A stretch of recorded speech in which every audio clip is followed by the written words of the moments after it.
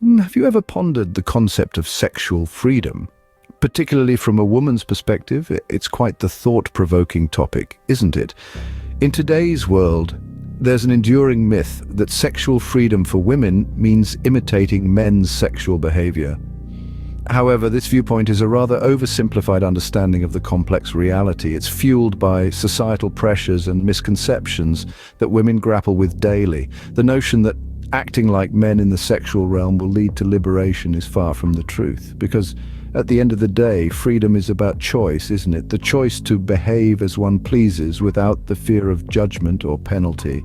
But there's a twist. This supposed freedom sometimes leads to unexpected consequences, often leaving women feeling single and unwanted. It's a paradox, really, the quest for freedom leading to a sense of isolation. It's not as straightforward as it seems, is it? Let's delve deeper into this complex issue. What does it mean to act like men sexually? And why is this expected? These questions, while seemingly simple, reveal a complex web of societal expectations and misconceptions. When we talk about women acting like men sexually, we're referring to a perception that sexual freedom for women equates to adopting behavior typically associated with men. This could be anything from being assertive in intimate situations, having multiple partners, or openly expressing sexual desires.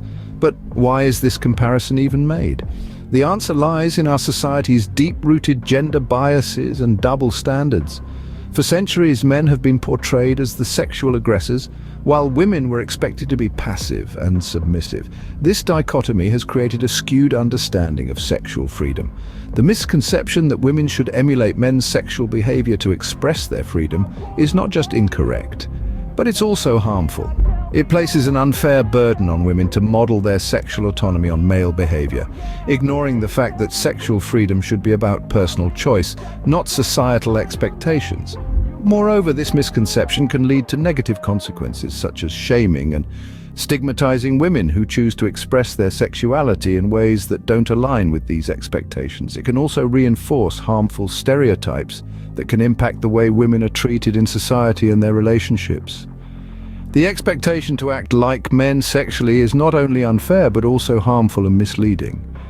It's high time we move beyond these outdated gender biases and embrace a more inclusive understanding of sexual freedom. So what happens when women embrace this false notion of sexual freedom? Well, the fallout can be manifold.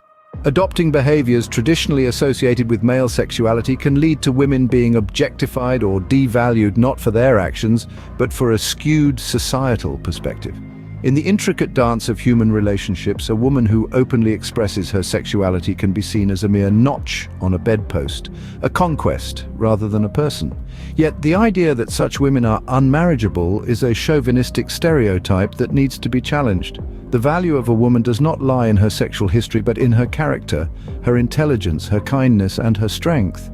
It's crucial to remember that the problem does not lie with women exercising their sexual freedom. Rather, it lies in the societal attitudes that objectify and devalue them for doing so. The real issue here is not women's behavior, but societal attitudes towards women's sexual freedom. So, what does true sexual freedom look like for women? Let's begin by redefining what sexual freedom truly means. It's not about women trying to emulate men in their sexual behaviors. No, that's a misconception. Instead, sexual freedom should be perceived as the liberty for women to express their sexuality without judgment, without pressure, and without the fear of repercussions. It's about the freedom to say yes, but equally important, the freedom to say no. It's about the freedom to explore one's desires, but also the freedom to set boundaries. It's about the freedom to connect, not just physically, but emotionally as well. But how do we achieve this? The answer lies in education and understanding. We need to educate both genders about respect and consent. Respect for each other's choices, respect for each other's boundaries, consent that is clear and unambiguous. We need to emphasize the importance of an emotional connection in sexual relationships and not trivialize it as a mere tool for physical satisfaction. It's high time we debunk the myth that women who freely express their sexuality are somehow less deserving of respect or love. It's high time we appreciated that every woman, like every man, has a unique sexual identity that should be respected. So to wrap it up, True sexual freedom is about respect, consent, and emotional connection, not about imitating male behavior.